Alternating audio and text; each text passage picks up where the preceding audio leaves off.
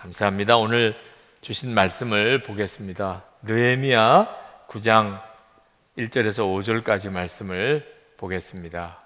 느헤미야 9장 1절에서 5절까지입니다. 교독하겠습니다. 5절은 다 같이 함께 보겠습니다. 그달 29 이스라엘 자손이 다 모여 금식하며 붉은 베옷을 입고 티끌을 무릅쓰며 이 모든 이방 사람들과 절교하고 서서 자기의 죄와 조상들의 허물을 자복하고 이날에 나 4분의 1은 그 제자리에 서서 그들의 하나님 여호와의 율법책을 낭독하고 나 4분의 1은 죄를 자복하며 그들의 하나님 여호와께 경배하는데 레위 사람 예수아와 바니와 간미엘과 스바냐와 분니와 세레바와 바니와 그나니는 단에 올라서서 큰 소리로 그들의 하나님 여호와께 부르짖고 또 레위 사람 예수아와 간미엘과 바니와 하삼느야와 세랴바와 호디야와 스바냐와 브다히야는 이르기를 너희 무리는 마땅히 일어나 영원부터 영원까지 계신 너희 하나님 여호와를 송축할지어다. 주여 주의 영화로운 이름을 송축하올 것은 것 주의 이름이 존귀하여 모든 송축이나 찬양에서 뛰어남이니이다. 아멘.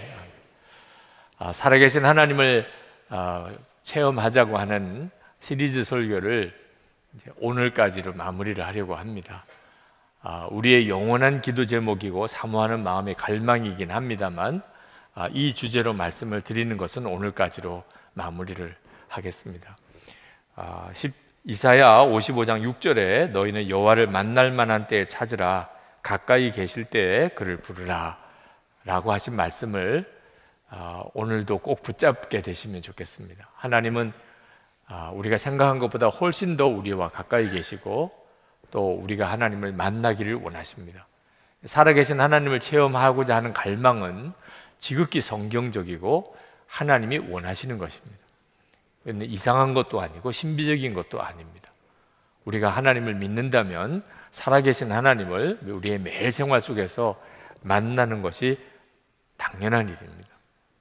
여러분이 그 일에 대해서 담대한 믿음을 가지고 하나님께 기도하시고 또 이 역사가 오늘 일어나기를, 지금 일어나기를 여러분이 하나님께 구하시기 바랍니다. 지난번 가정세미나에 참석했던 어느 젊은 남자 집사님이 저에게 인사를 하는데 얼굴이 낯이 익어요. 목사님 저 모르시나요? 잘 모르겠어요. 그랬더니 한 15년 전 제가 안산에서 목회할 때 그때 청년이었다는 거예요. 그때 저에게 상담을 했었답니다. 신학교를 가야 되나 말아야 되나 하는 문제 때문에. 그때 제가 뭐라고 대답을 했는지 목사님 기억나세요? 이렇게 묻더라고요. 제가 15년 전까지는 기억하기가 참 어려워서 제가 뭐라고 제가 말씀을 드렸나요? 그랬더니 그걸 왜 나에게 물어요? 주님께 물으셔야죠. 그렇게 목사님이 대답하셨대요. 제가 설마 꼭 그렇게만 표현했겠습니까? 그렇지만 하여튼 요지는 그런 것이었대요. 그래서 너무 황당했대요. 제가 듣고 보니까 저가 왜 그런 말을 했을까 싶은 생각이 들 정도로 제가 참 목양자로서는 좀 부족한 대답을 드렸구나 하는 생각은 들기는 했습니다. 그런데 그분이 하는 이야기가 그때는 참 당황스러웠고 목사님이 어떻게 이런 상담을 해주시나 하는 생각이 들었습니다만 그 말씀이 옳았다는 것을 깨달았다는 겁니다. 사실 신학교 가야 되나요? 말아야 되나요? 목사에게 상담할 필요가 없습니다. 주님께 물으면 되는 거죠. 사실 신학교에 갈 마음이 생겼다는 말은 사실 주님의 부름이 있었다고 볼 수도 있는 아주 중요한 근거이기도 합니다만 그러나 분명한 것은 주님은 우리의 모든 문제에 대해서 구체적으로 대답하시고 또 인도하기를 원하신다는 것. 우리가 그 사실에 대한 분명한 믿음이 필요합니다. 실제로 살아계신 하나님을 체험하고 주님과 동행하는 삶을 살지 못하는 사람은 마음속에 의심이 자꾸 생깁니다. 나도 하나님을 정말 체험할 수 있을까? 내가 나를 인도하시는 주님의 음성을 내가 분명히 들을 수 있을까? 그 점에 대한 어떤 난 안 될 거야 라고 하는 어떤 영적인 좌절 또는 불신이 마음속에 있습니다. 결국은 하나님을 만나고 못 만나고는 그 믿음에 달려 있는 것입니다. 오늘 여러분들이 이 시간에 살아계신 하나님을 우리가 만날 수 있구나, 또 살아계신 하나님을 만나는 눈이 열리는 시간이 되기를 축복합니다. 제가 오늘 읽은 이 느헤미야 9장 말씀은 이 느헤미야서 전체가 참 어려웠던 시절, 바벨론 포로로 끌려가서 그들이 귀환을 했는데 예루살렘에는 성이 다 무너진 상태. 그 말은 적이 쳐들어와도 방어할 수가 없다는 거예요. 그런 두려운 상황 속에 그들은 예루살렘 성벽을 재건하기 시작을 합니다. 이 기가 막히고 어려운 때에 하나님이 기적을 경험합니다. 52일 만에 예루살렘 성벽을 재건해냅니다. 이건 뭐 상상이 안 되는 일이에요. 사방의 적들이 그들을 의도를 무너뜨리려고 그렇게 노리고 있는 상황에서 그 적들에 대한 대비도 해야 되고, 그러면서도 또 성벽을 쌓아야 되고, 그런데 그걸 해내요. 그런데 그들이 이 기적과 같이 예루살렘 성벽을 다시 쌓았다는 것보다 더 놀라운 것은 그들이 하나님 앞에서 하나님의 놀라운 임재를 경험하는 그런 대성회를 그들이 열었다는 것입니다. 그 중에 한 부분이 오늘 느헤미야 9장에 나오는 이 부분입니다. 그들이 수문학 광장에서 대성회를 엽니다. 성벽은 재건해 놓고 아직 이제 봉헌식은 하기 전에 하나님 앞에서 그들은 성회를 엽니다. 우리도 이렇게 집회를 하지만 하나님이 역사하실지 안 하실지 사실 모르는 일이죠. 하여튼 수문학 광장에서 이스라엘 백성들이 다 모였어요. 학사 에스라가 율법책을 읽기 시작을 합니다. 그때 놀라운 부흥이 그들에게 임합니다. 성벽 재건보다 더 놀라운 복이 하나님이 그들과 함께 계심을 그들이 경험하게 된 거예요. 살아계신 하나님이 우리와 같이 계시구나. 여러분들 중에는 오늘도 돈 문제 때문에 기도하고, 건강 때문에 기도하고, 하고 있는 일 때문에 기도하고, 자녀 때문에 기도하고, 기도 제목이 참 많이 있겠지만 사실은 돈 필요 없어요. 건강 필요 없어요. 성공 필요 없어요. 살아계신 하나님을 진짜 만났으면 좋겠어요. 이게 우리의 정말 진정한 갈망이에요. 살아계신 하나님, 나와 함께 하시는 하나님 진짜 믿게 되면 요셉처럼 형들에게 팔려서 애굽에 종살이하는 이런 기가 막힌 저지에 빠져도 이 하나님의 말할 수 없는 축복의 여정이 되는 것입니다. 우리에게 있어서 가장 중요한 것은 지금도 주님이 나와 같이 계시다, 이것이 확신이 되는 겁니다. 그러면 우리의 형편이 어려운 게 문제가 되지 않아요. 돈 없는 것도 별로 문제가 되지 않아요. 하나님이 필요하면 다 주실 거예요. 건강 때문에 염려 안 해도 돼요. 하나님이 놀랍게 우리를 치료해 주십니다. 중요한 것은 살아계신 하나님을 체험하는 것인데, 이스라엘 백성들이 그 수문학 광장에서 하나님의 강력한 임재를 경험하는 대성회를 그들이 경험하게 됩니다. 그리고 이제 성벽 낙성식, 봉헌식을 하나님께 올려드리게 되는데, 어떻게 해서 그런 역사가 그들 가운데 있었을까? 오늘 두 가지를 찾아보고 싶어요. 어떻게 그들은 그 기가 막힌 정말 형편에서 그들은 살아계신 하나님을 만났을까? 도대체 무슨 요인이 있었을까? 오늘 우리의 갈망이죠. 살아계신 하나님을 정말 나도 만날 수 있을까? 도대체 어떻게 하면 그런 일들이 일어나는 걸까? 첫 번째는 회개였습니다. 느헤미야 9장 1절에서 5절까지 오늘 보면 이스라엘 백성들에게 회개가 터졌음을 알 수가 있습니다. 이것이 가장 첫 번째예요. 진짜 회개가 터지는 겁니다. 그들이 이렇게 하나님 앞에서 진정한 회개가 열리게 된 이유는 하나님의 말씀 때문이었습니다. 하나님의 말씀을 듣다가 그들이 통에 잡아가기 시작합니다. 왜냐하면 몰랐어요. 하나님이 도대체 무슨 말씀을 하셨는지를 모르고 살았어요. 그러다 보니까 하나님이 진노하시고 벌을 주시겠다고 한 일들을 그동안 너무 수없이 저지르고 살았어. 하나님이 어떻게 하면 복을 주시겠다고 다 말씀하셨는데 몰랐기 때문에 그렇게 살지 못했어요. 율법을, 학사 에스라가 율법을 쭉 읽어 내려가는데 이스라엘 백성들 사이에 흐느낌과 탄식과 통곡이 일어나기 시작한 거예요. 하나님, 우리가 진짜 잘못했네요. 하나님, 정말 우리가 정말 무서운 죄를 지었네요. 그렇게 회개가 터지기 시작한 거예요. 그러니까 하나님의 말씀의 역사는 우리를 회개로 이끕니다. 하나님의 말씀이 들리는 순간에 회개 안 할 사람이 없어요. 이것이 부흥의 시작이죠. 회개를 통해 부흥이 일어나기도 하고 부흥이 일어나니까 회개가 오기도 하는 겁니다. 여러분, 우리가 성경을 읽을 때 항상 이렇게 읽어야 합니다. 그냥 오늘 몇 장 읽었다가 아닌 거예요. 하나님의 말씀은 우리 자신을 빛으로 비춰줍니다. 그리고 우리가 회개할 것이 있는 것을 깨우쳐줘요. 그 회개는 살아계신 하나님을 만나는 문이에요. 제일 두려운 것은 하나님의 말씀을 읽었는데도 회개를 안 하는 겁니다. 이건 정말 두려운 일이에요. 여러분들이 하나님의 말씀을 듣는데도, 성경을 읽는데도 내게 회개가 일어나지 않는 것이 얼마나 두려운가를 알아야 합니다. 그 사람들에게는 더 이상 회개할 소망이 없기 때문입니다. 차라리 몰라서 죄를 지은 것이면 말씀을 듣고 회개를 하지만 알고도 짓는 죄는 어떻게 하나요? 어떤 장로님께서 유럽 여행을 이렇게 가시게 됐는데 같이 가시는 여행팀 중에 아주 서울의 유명한 교회 교인들 세 부부가 함께 여행을 하게 됐대요. 뭐 어느 교회라고 그러면 다 알만큼 유명한 교회입니다.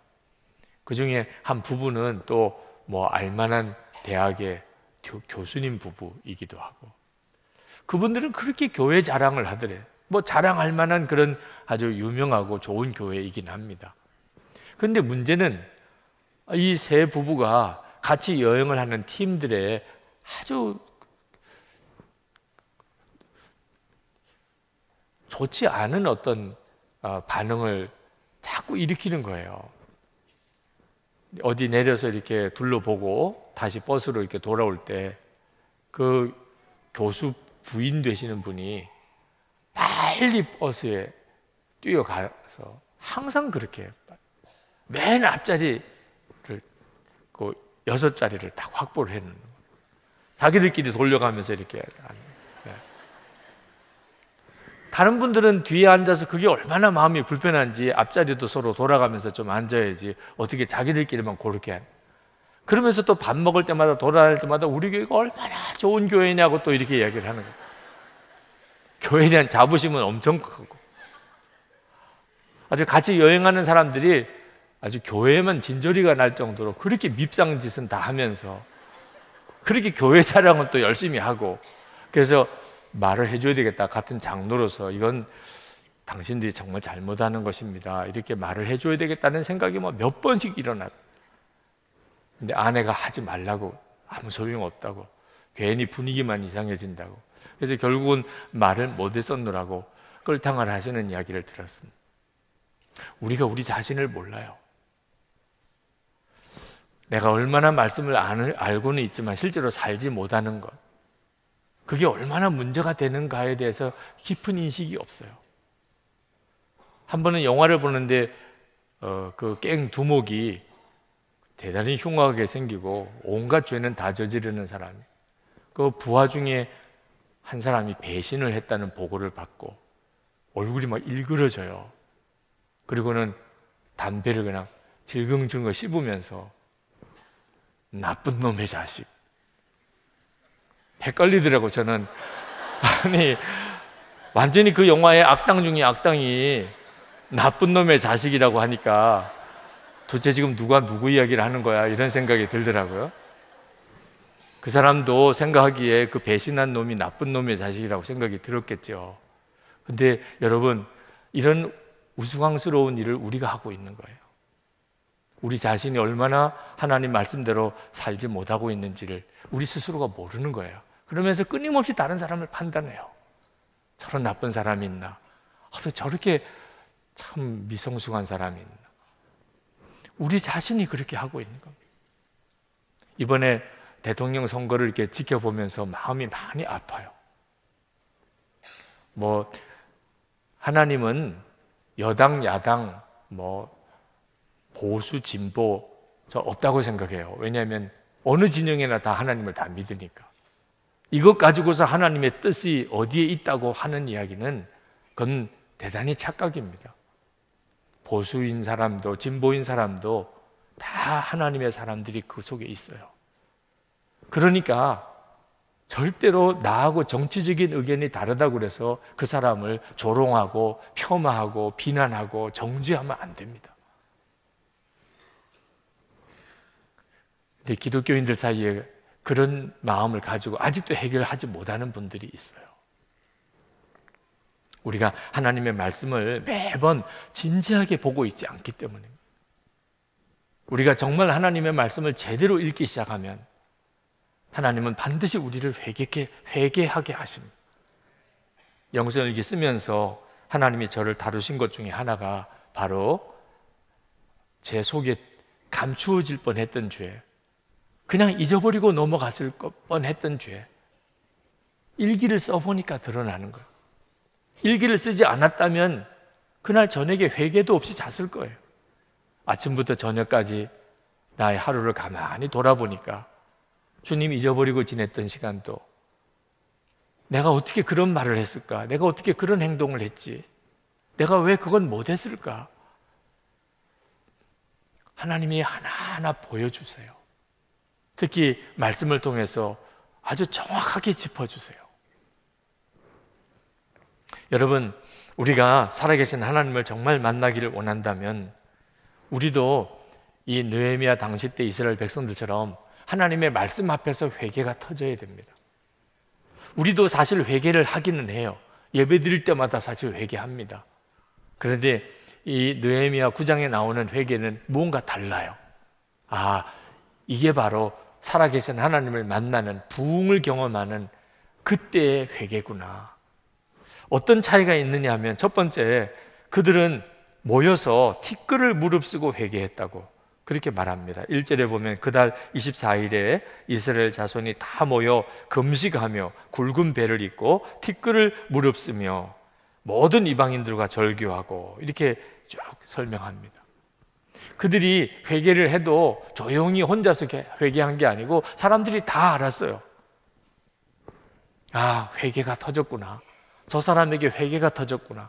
티끌을 무릅쓰고 그리고 하나님 앞에 무릎을 꿇고 정말 애통한 마음으로 회개했어요.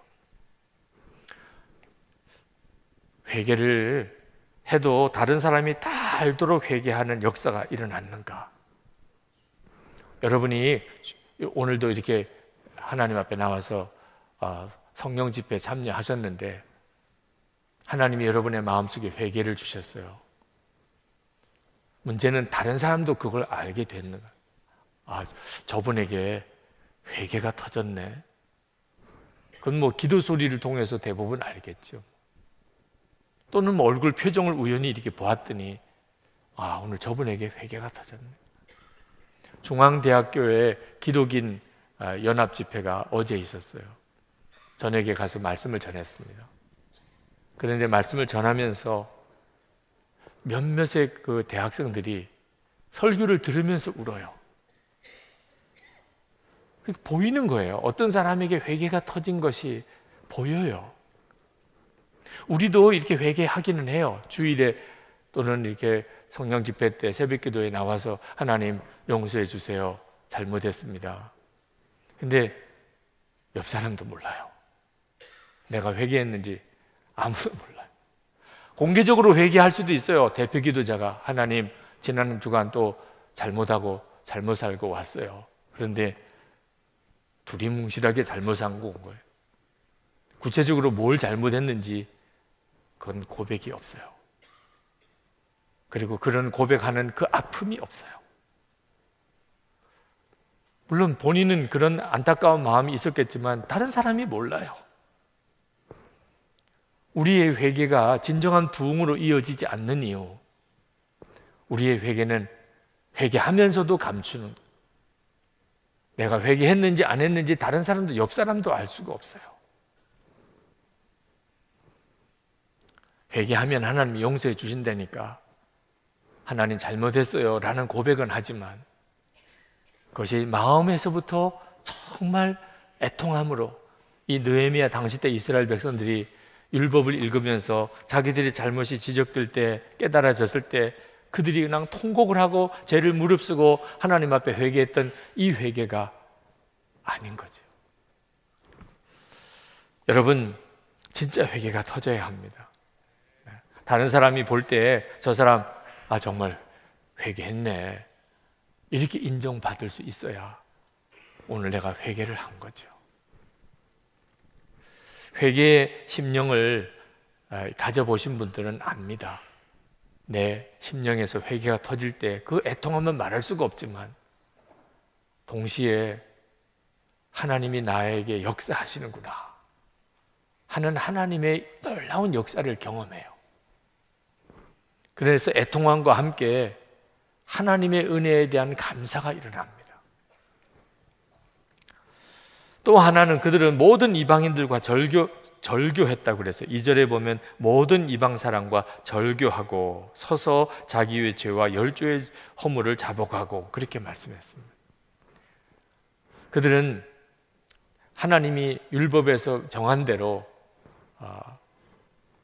같은 동족들끼리, 하나님을 믿는 동족들끼리 그렇게 결혼해야 되는 것에 대해서 소홀히 생각했어요. 율법 자체를 몰랐으니까. 그래서 주변에 있는 하나님을 믿지 않는 여러 종족들과 같이 혼인도 하고 그렇게 섞여 살았습니다. 그러니까 우상 숭배를 안 할 수가 없었던 거죠. 그들은 말씀을 깨닫고 단호하게 절교합니다. 얼마나 어려운 일이었을까요? 간단하게 나온 말씀이지만 얼마나 어려웠을까? 하나님을 믿지 않는 사람들과 어떤 교제 관계를 깨끗하게 단절한다. 우리가 다 사회생활 하지만 이게 얼마나 어려운 일인가 하는 걸 알 수 있죠. 근데 그들은 그렇게 했어요. 왜냐하면 정말 회개했으니까. 그 다음에 그들은 자기의 죄와 열조의 허물을 자복했다 그랬습니다. 다시 말하면 자기들의 죄뿐만 아니고 조상들의 죄까지도 회개했다는 거예요.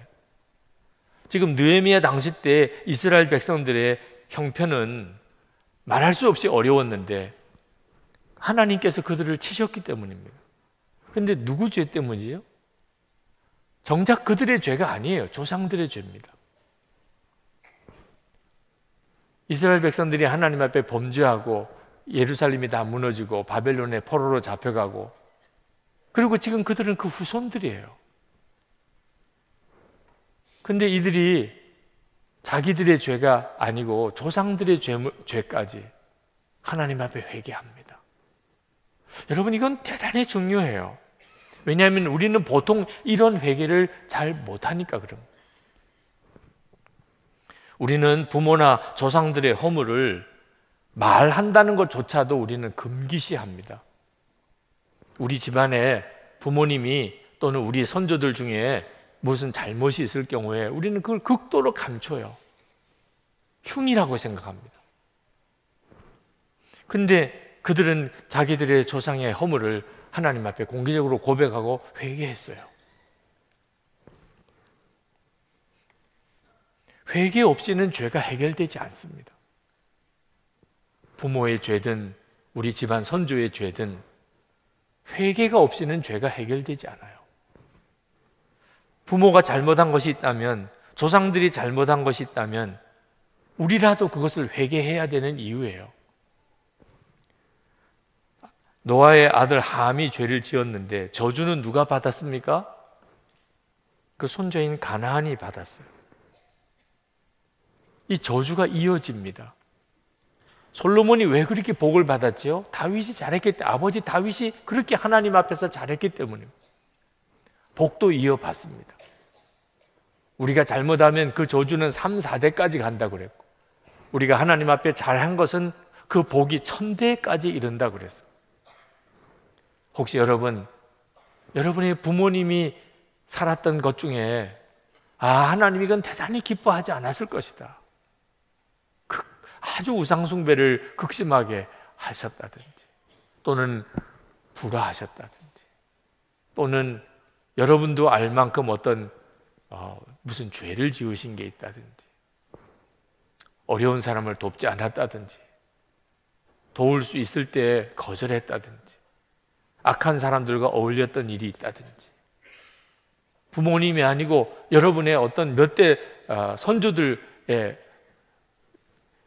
어떤 죄에 대해서 알고 있는 것이 있었다면, 하나님, 우리의 부모님이, 우리의 선조들이 이런 죄를 지은 것이 있습니다. 하나님, 제가 그것을 대신 회개합니다. 하나님, 우리를 긍휼히 여겨 주시기 바랍니다. 하나님을 알지 못해서 그랬습니다. 이게 필요해요. 이게 느헤미야 당시 때 이스라엘 백성들이 하나님 앞에 회개했던 회개가 바로 그 회개였어요. 여러분, 우리가 오늘 하나님 앞에 기도할 때 우리의 부모님과 우리의 가문의 조상들까지도 한번 여러분이 살펴볼 수 있게 되기를 바랍니다. 여러분은 여러분의 문제를 뛰어넘어서 다른 사람의 죄까지도 끌어안고 회개해 보신 적이 있습니까?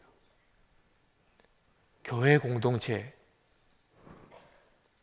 여러분 교회 안에서 같이 이렇게 신앙생활 하다 보면 내 마음 같지 않을 때가 있습니다. 왜? 다 같이 모여서 공동체를 이루었기 때문에. 그러다 보면 내가 잘못한 건 아닌데 우리 교인 중에 누가 잘못할 수 있어요. 주일이면 그런 일들을 많이 겪습니다. 좀 얌체같이 주차하고 들어오시는 분도 계세요. 아마 늦게 오셨고 마음도 급하고 그러다 보니까 그냥 이웃 주민 차 앞에다가 살짝 대고 점심 먹고 나가겠지 이 사람도. 그리고 하여튼 불이 나게 와서 돌아가야 되겠다 이렇게 생각했을지 몰라요. 뭐 난리가 납니다. 교회 사무실은 뭐 그걸로 인해서 얼마나 어려움을 많이 겪는지 몰라요. 근데 그게 우리 교인이 잘못한 거면 우리 교회가 잘못한 거죠. 죄는 딴 사람이 지었지만 하여튼 오늘 교회 와서 예배 드린 분이 잘못한 거면 우리 교인들 모두가 다 그 사람 앞에 잘못했어요. 여러분은 그럴 마음이 있으십니까? 교회가 이러니 저러니 무슨 잘못이 있을 때 말하기는 쉽지만 하나님 앞에 하나님, 우리 교회가 이것은 잘못한 것 같습니다. 하나님 용서해 주십시오. 제가 교회 공동체를 대표해서 하나님 앞에 회개합니다. 여러분은 그렇게 기도해 보셨습니까? 나라를 위해서 기도할 때도 마찬가지예요. 이번에 대통령 선거, 탄핵 선거를 이렇게 거치면서 정치에 대한 관심이 굉장히 많아졌습니다. 나라가 잘못할 때가 있어요. 그럴 때 우리 기독교인다운 건 어떤 태도죠? 우리가 나라 전체를 끌어안고 하나님께 회개하는 것. 세월호가 사건이 벌어졌을 때 그때 기도 중에 하나님이 제 마음속을 치셨던 것은 저 자신이 꼭 그 세월호 선장 같은 것입니다. 그 세월호 선장을 비난할 만한 자격이 나에게 없다. 한국 교회가 마치 세월호 같은 느낌이 들었습니다. 하여튼 하나님 앞에 기도하면서 하나님이 주셨던 마음이에요. 잘못은 잘못대로 반드시 고쳐야 되고 또 정리할 건 정리해야죠. 그러나 우리 기독교인들은 항상 주님의 마음으로 문제를 볼 수 있어야 됩니다. 회개해야 될 사람들이 회개 안 하고 아주 뻔뻔하게 자기가 무슨 잘못했느냐고 이렇게 하는 모습을 볼 때 화도 나지요. 그럴 때 어떻게 합니까? 우리가 기도해야죠. 하나님, 이것을 용서해 주십시오. 아니, 왜 내가 지은 죄가 아닌데 내가 대신 회개합니까? 아니, 그 사람의 죄 때문에 하나님이 이 나라를 치시면 그러면 그 사람만 어려움 겪습니까? 우리도 똑같이 어려움 겪잖아요. 그러니까 우리 국민 중에 누가 하나님 앞에 정말 벌을 받을 만한 잘못을 했을 때 그 사람이 회개하지 않으면 누군가가 우리의 민족을 위해서 회개해야죠. 이것이 하나님이 우리에게 주신 사명이고 또 이것이 우리가 하나님 앞에서 바로 설 수 있는 참으로 놀라운 하나님의 은혜예요. 사도 바울은 예수 그리스도를 십자가에 못 박아 죽인, 그리고 그 복음을 받아들이지 않는 동족들을 위해서 기도했습니다. 로마서 9장 3절에 나의 형제 곧 고륙의 친척을 위하여 내 자신이 저주를 받아 그리스도에게서 끊어질지라도 원하는 바로다. 예수님을 거절한 것은 자기 동족들이에요. 사도 바울은 사도예요. 그런데 사도 바울은 그 예수님을 거절한 동족들을 위해서 하나님께 기도하는데 어느 정도 수준으로 기도하느냐? 내가 저주를 받아서 그리스도에게 끊어질지라도 원하는 바로, 하나님 우리 동족들을 구원해 주세요. 버리지 말아 주세요. 우리 동족들 제발 구원해 주세요. 자기 자신이 하나님 앞에서 완전히 버림받는 그런 각오를 하고 하나님 앞에 기도했어요. 모세도 똑같죠. 금송아지 섬겼던 이스라엘 백성들을 위해서 출애굽기 32장 31절에 모세가 여호와께로 다시 나아가 여짜오되 슬프도소이다. 이 백성이 자기들을 위하여 금신을 만들어 싸우니 큰 죄를 범하였나이다. 그러면서 하나님 앞에 이스라엘 백성들을 떠나지 마시도록 그렇게 간곡하게 기도합니다. 그때 모세도 똑같이 기도해요. 내가 차라리 하나님에서 버림받아도 좋으니 하나님 이 백성을 버리시면 안 됩니다. 하나님이 그 기도를 귀하게 받으셨어요. 왜냐하면 그게 하나님의 마음이에요. 예수님이 십자가에서 똑같이 기도하셨잖아요. 당신을 십자가에 못 박는 이들을 향하여 누가복음 23장 34절에 예수께서 이르시되 아버지 저들을 사하여 주옵소서 자기들이 하는 것을 알지 못함이니이다. 죄는 십자가에 못 박는 그 사람들이 죄를 짓고 있는데 예수님은 그들이 사함을 받도록 하나님께 기도하잖아요. 느헤미야 당시 때 그들이 드렸던 회개에는 이렇게 놀라운 하나님의 은혜가 임하는 이유가 뭘까? 회개가 똑같은 회개가 아니었다는 겁니다. 오늘도 저는 하나님이 우리 가운데 이 부흥을 주시면 얼마나 좋을까 그런 마음이 들어요. 우리가 하나님 앞에 정말 회개한다는 것을 주위 사람들이 다 알 수 있을 정도로 분명하게 회개하고 끊어야 될 것들은 분명하게 끊고 나 자신의 죄뿐만 아니고 우리 가족이나 교회나 나라와 민족의 죄까지 하나님 앞에 끌고 들어가서 하나님 용서해 주세요 이렇게 기도하는 기도, 하나님이 얼마나 기쁘실까요? 그러나 또 하나 우리가 붙잡아야 될 것은 하나님께서 그들의 수문화 광장에서의 집회 때 놀랍게 임재해 주셨던 것은 그들이 절절히 회개했기 때문만 아니었습니다. 회개와 함께 그들은 하나님께 찬양의 예배를 드렸습니다. 그것 때문이었어요. 5절에 보면 또 레위 사람 예수아와 감미엘과 바니와 하삼느야와 세레비아와 호디야와 스바냐와 보다이아는 이르기를 너희 무리는 마땅히 일어나 영원부터 영원까지 계신 너희 하나님 여호와를 송축할지어다. 주여 주의 영화로운 이름을 송축하올 것은 주의 이름이 존귀하여 모든 송축이나 찬양에서 뛰어남이니이다. 그렇게 회개하면서 갑자기 찬양으로 바뀝니다. 이게 무슨 까닭이죠? 하나님이 그렇게 하기를 원하셨기 때문에. 하나님은 우리가 정말 애통하며 회개하는 것을 진짜 회개해야 될 것을 회개하기를 원하세요. 이것 없이는 하나님이 더 이상 은혜와 부흥을 주실 수가 없어요. 회개해야 될 것이 회개되지 않으면 하나님은 더 이상 역사하지 못하세요. 하나님이 우리에게 원하시는 것은 그저 회개예요. 하나님 그것이 죄였습니다. 하나님 이것이 나의 죄예요. 오늘 말씀 앞에서 이미 여러분이 다 알고 있는 것 중에 사랑하라, 용서하라, 감사하라, 기뻐하라, 순종하라, 전도하라, 기도하라, 말씀을 보라. 내가 다 알고 있는 말씀이지만 내가 그대로 순종하지 못했던 것에 대해서 오늘 이 시간에 하나님이 깨우쳐 주시고 그리고 내가 하나님 앞에 정말 회개할 것을 애통함으로 주님께 가지고 나가되 나 자신의 죄뿐만 아니고 우리 가족의 죄 또는 교회, 나라와 민족의 죄까지 성령의 마음으로 하나님 앞에 기도하게 될 때 정말 문이 열려요. 은혜의 문이 열리고 살아계신 하나님을 체험하지 못할 수가 없어요. 그런데 하나님은 우리가 계속 울기만 하기를 하나님이 원하지 않으신다는, 하나님은 우리가 하나님을 찬양하게 되기를 원하세요. 5절 말씀에 너희 무리는 마땅히 일어나 영원부터 영원까지 계신 너희 하나님 여호와를 송축할지어다. 여러분, 하나님 앞에 간절한 마음으로 회개를 하고 있는데 여러분의 마음에 하나님의 감동이 주어지기를, 이제는 찬양하라, 이제는 찬양하라, 그런 감동을 받을 때 얼마나 놀랐겠어요. 그 무슨 의미지요? 하나님이 우리 회개를 받으셨다. 내 마음속에 이제는 너는 찬양하라. 저는 오늘 우리가 하나님 앞에 이제 기도하러 하나님 앞에 나아갈 때 회개의 문이 열리고 또 동시에 찬양의 문이 열리게 되기를 축복합니다. 근데 이 찬양은 하나님이 정말 능력으로 역사하시고 우리에게 엄청난 복을 주셨기 때문에 드리는 찬양이 아닙니다. 느헤미야 당시 때 이스라엘 백성들이 하나님 앞에 회개하고 그리고 찬양했던 것은 용서하시는 하나님, 사랑의 하나님에 대한 은혜 때문입니다.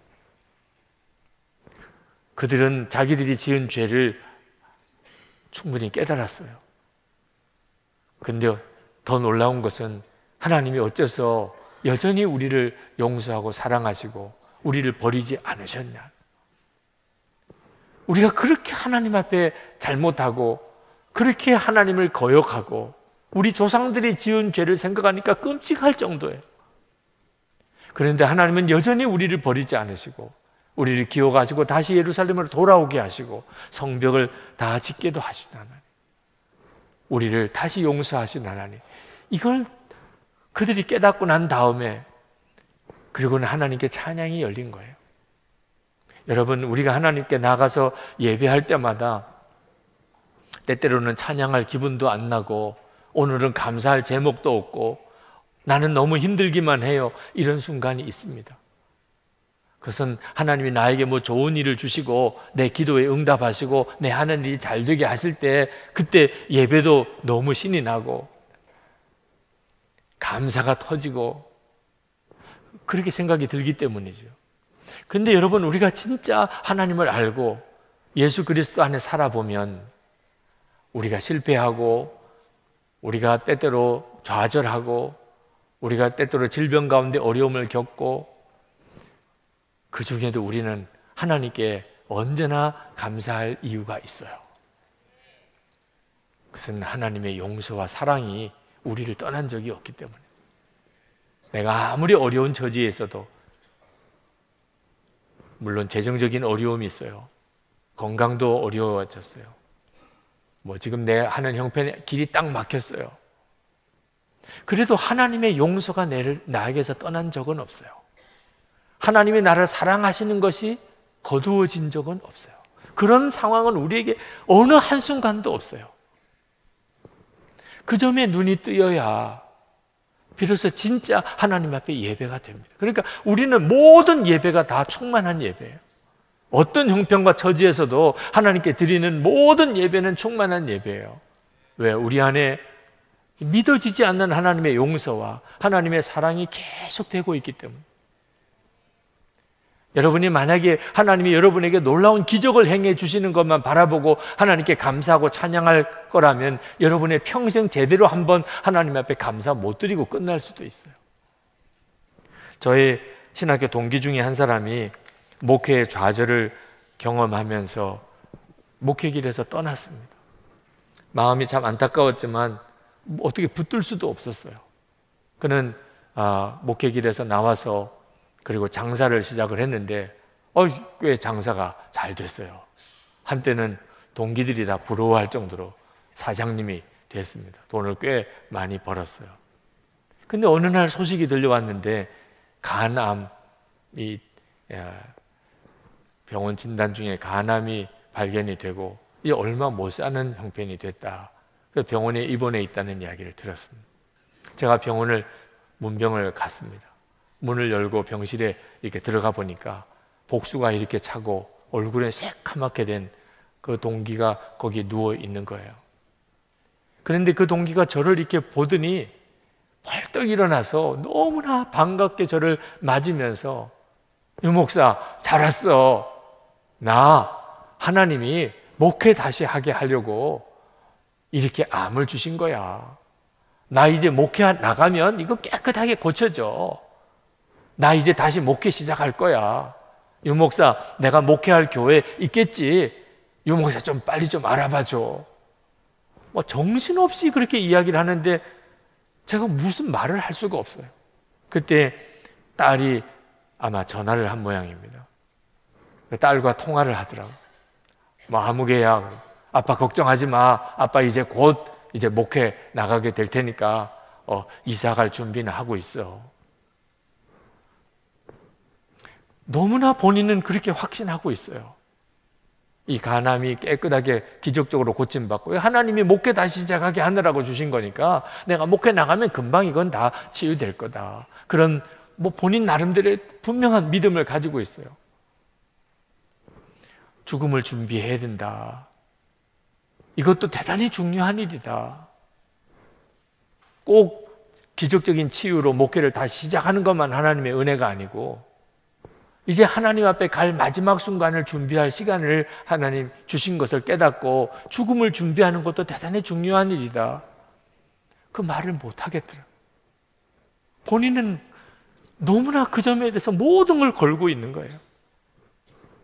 결국은 그는 그렇게 죽음을 제대로 한번 준비 못하고 세상을 떠났어요.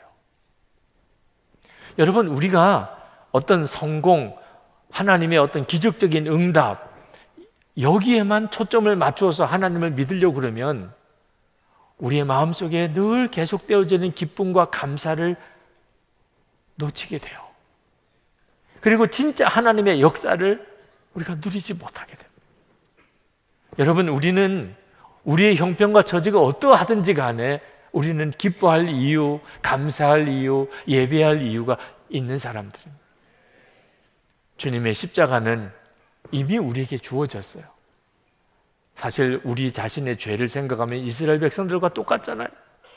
또 똑같은 죄를 짓고 또 똑같은 죄를 짓고 또 똑같은 죄를 짓고 언제나 좀 변화될 수 있으려는지. 그런데 우리가 10번 하나님 앞에 범죄하면 하나님 11번 용서하시고 우리가 하나님 앞에 잘못했어요 라고 말을 꺼내는 즉시 벌써 하나님의 은혜의 파도로 우리를 씻겨주세요. 이것이 우리가 받고 있는 은혜예요. 그러니 내 오늘 기도에 응답을 해 주셔야 무슨 찬양이 나오나요?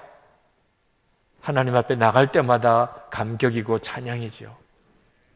느헤미야 당시 때 이스라엘 백성들에게 이 찬양이 터진 거예요. 이 예배가 열린 거예요. 용서하신 하나님, 사랑의 하나님. 하나님이 그걸 너무 기뻐하셨어요. 그 찬양이 드려질 때 용서의 하나님, 사랑의 하나님에 대해서 이스라엘 백성들이 비로소 깨닫고 믿음으로 고백하게 될 때 하나님께서 그들에게 복을 주셨다고 그렇게 말씀합니다.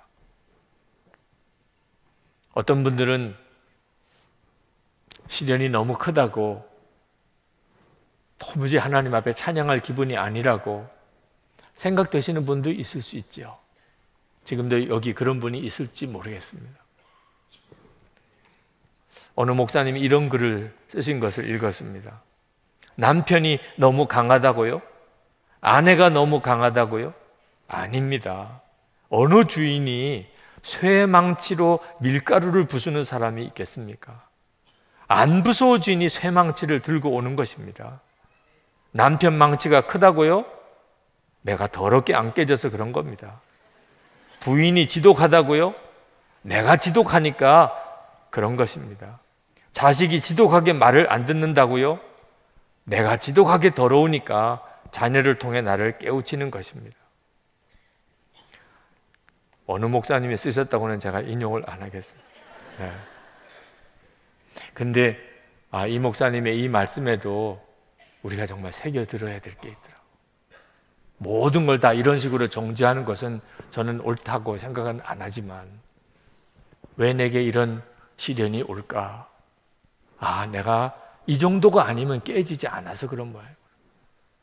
밀가루를 부수기 위해서 망치를 들 사람이 누가 있어? 이미 다 부스러진 가루인데 오죽 안 깨지면 쇠망치를 들을까? 그것도 은혜예요. 쇠망치로 남편이 역사하고 아내가 역사하고 자식이 역사하는 것도 은혜라니까요. 하나님이 나를 부서뜨리기 위해서 구원하려고 온전히 바로 세우려고 하나님이 이렇게 하시는 거구나. 하나님 너무 감사해요. 그러면 살아나요. 하나님, 난 오늘 예배 드릴 기분이 아니에요. 그러면 하나님도 어떻게 못해요?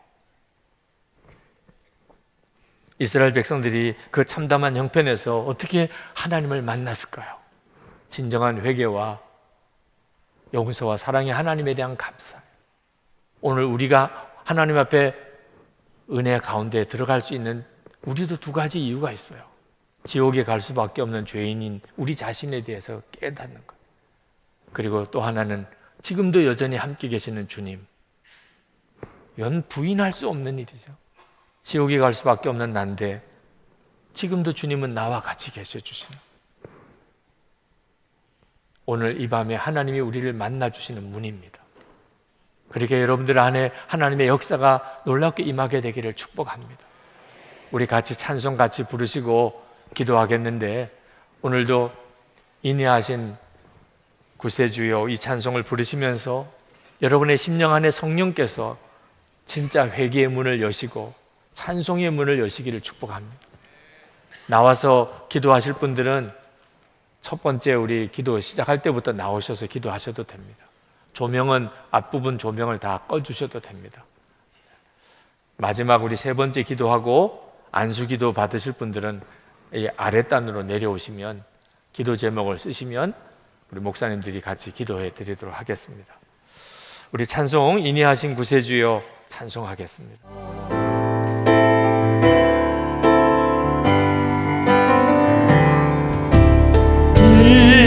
인내하신 구세주여 내가 믿오니 죄인 오라실 때에 날 부르소서.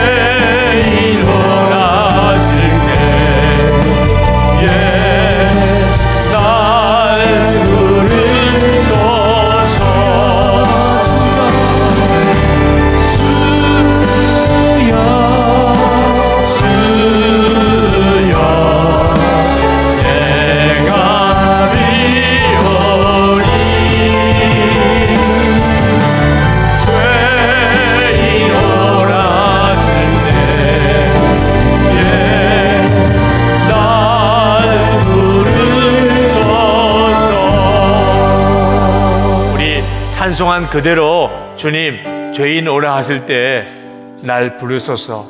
오늘 이 시간에 하나님 앞에 나 자신이 정말 벌거벗은 것 같이 빛 가운데 다 드러나게 되기를 원합니다. 하나님이 역사할 수 없는 그 무엇이 있습니까? 주님, 제가 주님 알고도 순종하지 못한 것이 있습니까? 주님이 그렇게 말씀하셨는데 내가 그대로 살지 못하는 것이 있습니까? 주님, 제가 영적으로 완전히 굳어진 자가 되지 않기를 원합니다. 이 시간에 그 일에 대해서 주의 음성과 깨우치심을 제가 받기를 원합니다. 죄인 오라 하실 때 주여 날 부르소서. 우리 주여 한번 부르짖고 기도하겠습니다. 주여! 그리고 은혜를 주여 좋아하시고 하나님 역사해 주시는 주님, 하나님의 은혜를 좋아하시는 하나님,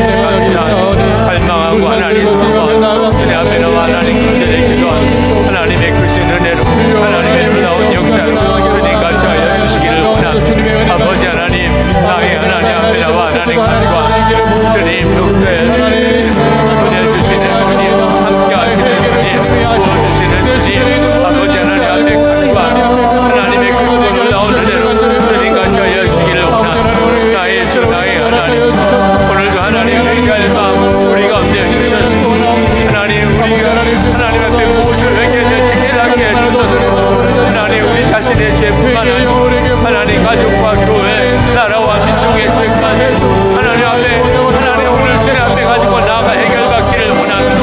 하나님의 놀라우신 은혜로 하나님 해결받기 원합니다. 하나님의 놀라운 역사로 해결받게 되기를 원합니다. 나의 하나님, 사모하며 하나님 갈망하고 하나님 소원하는 하나님 모든 성도들 위해 하나님의 역사를 도해 주시기 원합니다. 주의 은혜의 역사를 도해 주시기 원합니다. 하나님의 놀라운 은혜로 함께 해주시기 원합니다. 아버지 하나님, 주의 보혈의 역사와 은혜의 역사를 주시고 하나님의 회개하는 자가 누리는 하나님 그 은혜와 복을 하나님 우리가 온전히 누리게 되기를 원합니다. 보혈로 우리를 정결하게 하시고 하나님 주의 말씀을 듣고 다시 일어나게 하시고 하나님의 은혜 가운데 우리가 온전히 설 수 있게 주님 이 시간에도 역사해 주시고 아버지 하나님 말씀해 주시고 하나님 역사해 주시고 바로 잡아주시고 온전히 세워주시고 하나님의 은혜 가운데 서게 하여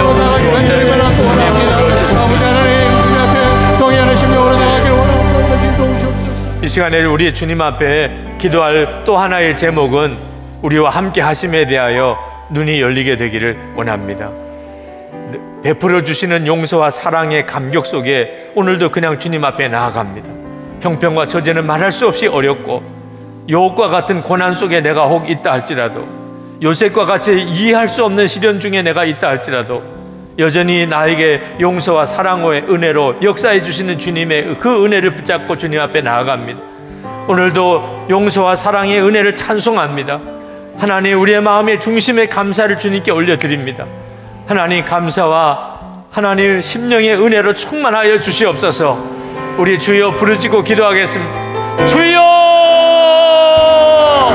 하나님의 은혜를 주여 도와주신 하나님, 변함없이 용서하고 사랑하시는 하나님의 은혜로 하나님 들어잡아주시고 갈급한 마음, 담안의 심령에 하나님의 은혜를 도와여 주셔서 오늘도 하나님 기도하는 사랑하는 성도들의 마음의 심령에 하나님 찬송을 주셔서 박차를 주셔서 하나님의 놀라우신 역사, 하나님 놀라운 은혜를 하나님 부어주시옵소서. 아버지 하나님, 오늘도 하나님 앞에 예배하며 나아갑니다. 하나님 찬양하며 나아갑니다. 은혜 주신 하나님 앞에 나아갑니다. 하나님 주님의 역사하심을 들고 나아갑니다. 아버지 하나님, 하나님 용서와 사랑의 은혜로 함께 하시는 주님, 오늘도 하나님을 변함없이 붙들어주시고 회복시켜 주신 주님, 놀라우신 하나님의 은혜 감사합니다. 놀라운 하나님의 역사하심에 감사합니다. 놀라운 하나님의 역사하심을 찬양합니다. 아버지 하나님 앞에 나오 오늘도 하나님 그 안에 성도들의 심령을 하나님의 동안 손에 사로잡아주시고 하나님 기도의 문을 살짝 열어주시고 감사의 문이 열리고 찬양의 문이 열리고 하나님 주를 너무나 좋으신 주님은 하나님 변함없는 믿음으로 바라볼 수 있게 되기를 원합니다. 주님을 온전히 신뢰하며 나가게 하여 주시기 원합니다. 아버지 하나님, 가운데 기쁜 옷까지 빛으로 세상을 못하여 살아가지 아니하고 오직 하나님을 그 간절한 마음으로 주님께로 더 나아가는 역사하시고 사로잡아 주시고 행복해 주시기를 원합니다. 나의 은혜로 도와주시고 하나님과 교회를 하나님의 저녁에 주님 구하는 것들을 구하길 원합니다. 아버지 독수리 나에게 주님의 하나님 주의 나에게 나를 덮어주시옵소서. 주의 품 안에 나를 덮어주시옵소서.